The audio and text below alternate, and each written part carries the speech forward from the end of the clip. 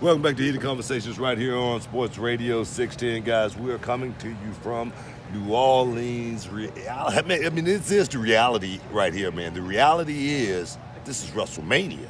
That's right. And it's hot. It's cooking. And people are excited. I'm more excited than anything because of the guest that just walked in. He is what?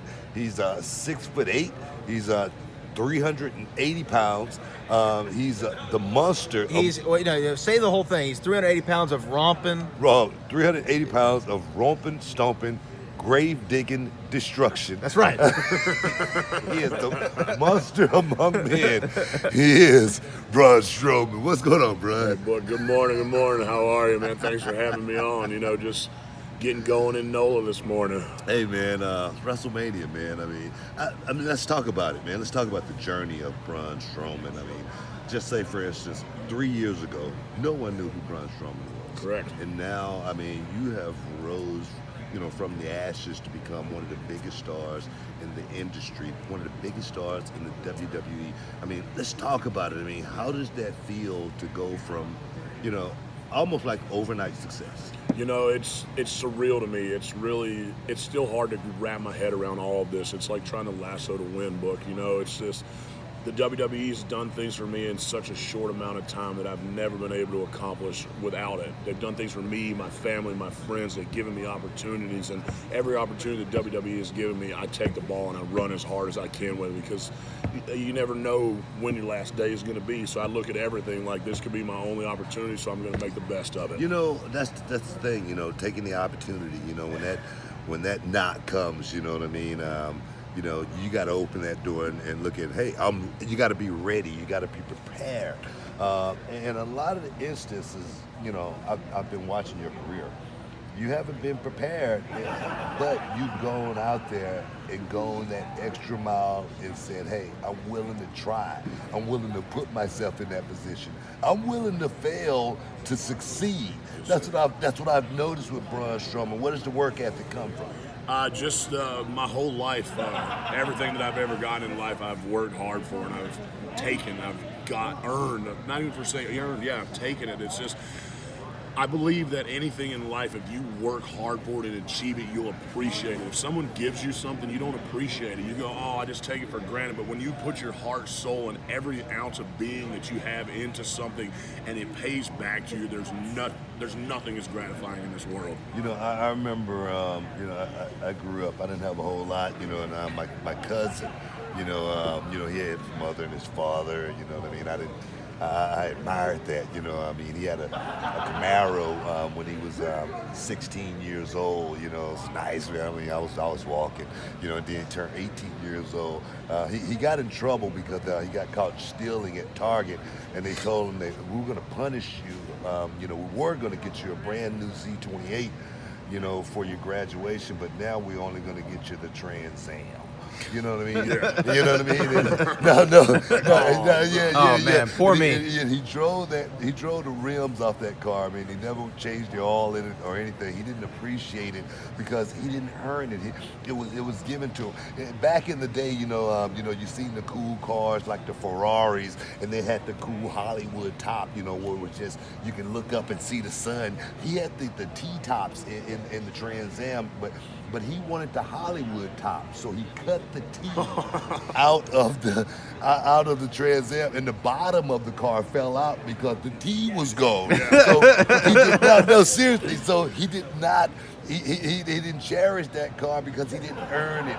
He didn't work hard to keep that car because he didn't earn it. So I know exactly what you're talking about. I just had to tell that story. I remember going down the highway, the big bubble because he had a leather tie. It was just dumb. It was just stupid. But Braun Strowman, I mean, I've talked about the replacement of the big man. Who was going to be that next guy to come along and replace, Kane? Who's going to be that next guy to come along and replace the Undertaker? And now you're the guy to step in those shoes. I had a guy, that went to NXT, I guess about three or 4 years ago. He's a big 7-foot giant, and I thought he was going to be that guy, but he didn't have that work ethic. He didn't have that staying power. He didn't have that it factor, what the crowd wanted. I mean, Braun Strowman, when they see you, they know they see a man, walking onto that ring. How did it feel stepping into some of the biggest shoes that ever walked in the WWE? It's humbling. It really is. And the men that you listed have been so influential and impactful in my career to date, with behind the scenes and helping me. The big 3 matches I had with Big Show last year, and almost the passing of the torch per se with that, and him taking me under my wing. And we have a joke, I call Big Show my wrestling dad and stuff like that. And because he treats me like a son, when I do something dumb, he whacks me in the back of the head and tells me don't do it again. So, and it's just, and then the same thing with Take and Kane. And I've been working a program with Kane off and on for the last almost a year. We've been doing the house shows and stuff, and just listening to these guys' stories and things that they've done, because all those guys you just listed have done everything there is to do in this industry, and they're a fountain of knowledge. And any opportunity I get to sit down and just pick their brains and talk and put together a match with this, it's special to me, because I know that these days are coming to a Lou that's going to be an end at some point, and then it's going to be my job later on to do the same thing to another talent coming in. Yeah, I wanted to ask you, you talk about, the big guys, and one of the guys who's going in the Hall of Fame is Mark Henry. And I know Mark Henry has meant a lot to you in your career. Didn't he kind of brought you in, right? Without a doubt, I'm a WWE superstar because of Mark Henry. So what does it mean for you to see him go into the Hall of Fame? It's awesome. I mean, Mark Henry, another one that's done it all, another big man that I've looked up to since before I ever knew how to be a WWE superstar. I looked up to him as a weightlifter when I was competing in World's Strongest Man, and I looked up to him as a WWE superstar, and I looked up to him as a human being, because Mark is such an unbelievable man and role model, and I can't be happier to see him being inducted to the Hall of Fame, and I'm going to be able to be there to witness it. It's going to be awesome. It is going to be awesome.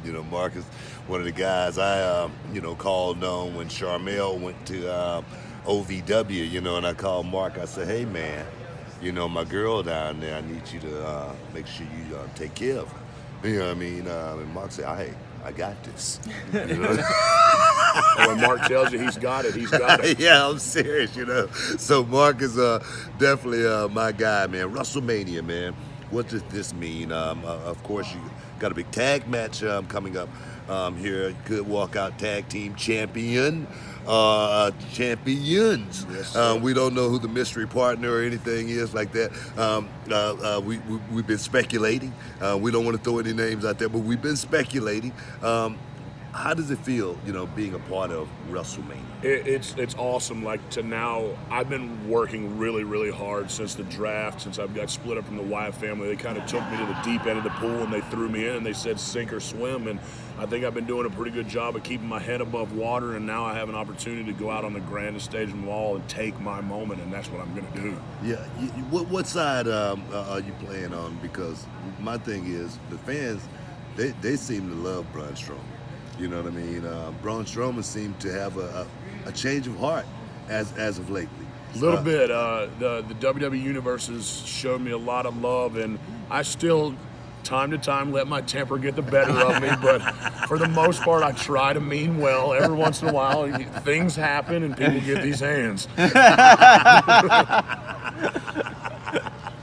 I know you like that phrase too. No, man, because it's real, man. It's real. To be able to create here in this business is one thing, to find your niche. It's very, very important to actually know how to, walk that line and create your own thing in this business. It's very important. And Braun Strowman, you're like no other. There's been many guys, the Brodies, to come along in the business, the Sid Viciouses, to come along in the business, like I say, the Takers, the Canes. But Braun Strowman is truly different than all of those guys. How hard has it been as far as, character building? Because when I first got to WWE, that's what I had to work on, was character building, and I loved it. Being King Booker, the most, revered, the most noble, the most majestic king of them all. That stuff for me you know, it's what made my career. How cool is it, and how hard is it, you know, making that transition? It was a little bit to get used to. I've always been kind of wanted to be the center of attention, and now with an opportunity to step out on a platform that WWE's given me to basically be a peacock and spread my feathers and let the world see what I'm capable of doing, that I'm not just some big clumsy oaf that's stumbling around the mall that you go, oh, look at this guy. I'm athletic, I'm intelligent, Very I'm intellectual, intelligent. and I want to show the world that I want to represent big guys around the world to show that we're just more than big guys. Definitely. I've acted. Braun and Brain Strowman. Yeah, no. I've always noticed that you're very articulate, very intelligent. You know, I'm only articulate when I'm talking like this. You know, sometimes I'm all over the place. We all have our moments, but believe me, I don't always rattle off this good. Oh man, I've asked everybody who sat in that seat right there, WrestleMania match. You know, who would be that WrestleMania match? I think the one that's on my list right now of what I would want to do in a singles competition would be have to go to my mentor, Bray Wyatt, the man that pretty much introduced me to the WWE Universe and was my sensei, per se. And what better test for a man that's coming into the business to go out there and go to battle with his master who taught him and beat him, to show the world that I learned something and that I'm carrying on what he passed on to me. Bray Wyatt, definitely. I think that would be a great contest. The test of knowledge, you know what I mean? A test of wheels. The monster among men versus Bray Wyatt. WrestleMania 35, right? Maybe, 35, yeah. Maybe. Never know. Maybe. Main event. Maybe. For the WWE, for the Universal Championship. I think you just sold out next year's WrestleMania. That's right. I hope so, man. Hey, much success here in the WWE. Bray Wyatt, Braun Strowman, like I say, that will be a great match anywhere in the world. That will be a main event anywhere in the world. Keep doing what you do. Take that torch, man. They've said it many years here in the WWE. Who's gonna grab that brass ring? Right now, you got the brass ring. Keep running with it, bro. Thank you, sir. Awesome, man. Appreciate you for being here. Heated conversation. Sports Radio 610, y'all. We'll be back in a minute.